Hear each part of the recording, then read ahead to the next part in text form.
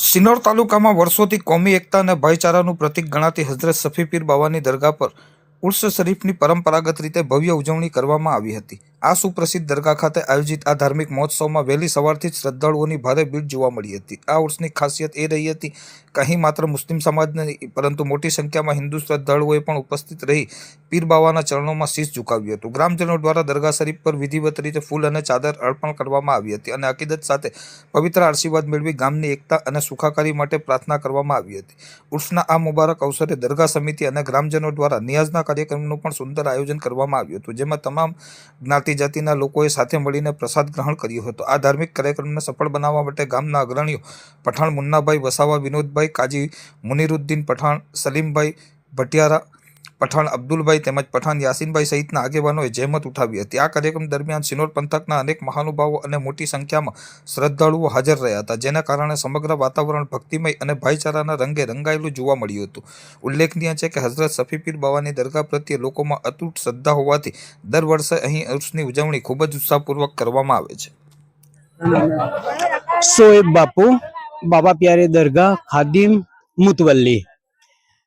हर साल की तरह ये महान सूफी संत सफ़ी पीर दादा हर साल यहाँ सालाना उर्स होता है।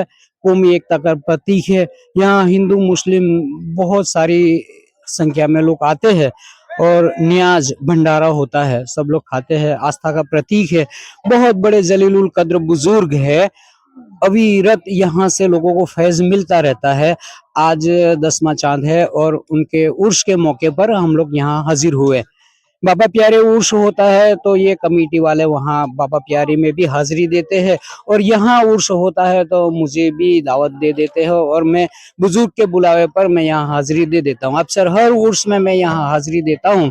ये बुजुर्ग बहुत बड़े जलीलुल कद्र बुजुर्ग है, उनसे लोगों को बहुत फैज मिलता है। अस्सलाम वालेकुम। નીલ રંગવાલા છેલ્લા કેટલા વર્ષોથી આ એક આસ્થાનું કેન્દ્ર છે સફી પીર દાદા। એના ત્યાં આગળ સંદલ ઉરસ કેટલા વર્ષોથી ચાલે છે, અવિરત ચાલતું આવ્યું છે ને અવિરત ચાલતું રહેશે। અને અહીંયા હિન્દુ મુસલમાન બધા એક સાથે જ કાર્યક્રમ કરતા હોય છે અને બધાના સાથ સહકારથી જ અહીંયા ભોજનનું ને જમવાનાનું જે આયોજન થતું હોય છે એ કરતા રહીએ છીએ અને અવિરત ચાલતું રહે છે। અને દર 24મા ચાંદે એમના નિયાજ રાખતા હોઈએ છે, પણ હમણાં કોરોના પછી થોડું બંધ રાખવામાં આવ્યું છે, પણ હવેથી ફરી ચાલુ કરવાનો વિચાર કરી રહ્યા છે અને ચાલુ કરીશું અમે લોકો। અને આ આસ્થાનું કેન્દ્ર છે અને હિન્દુ મુસલમાન બધા એક સાથે ભેગા મળીને આ કામ કરતા હોય છે। સિનોર ગામની અંદર આવેલી છે આ દરગાહ।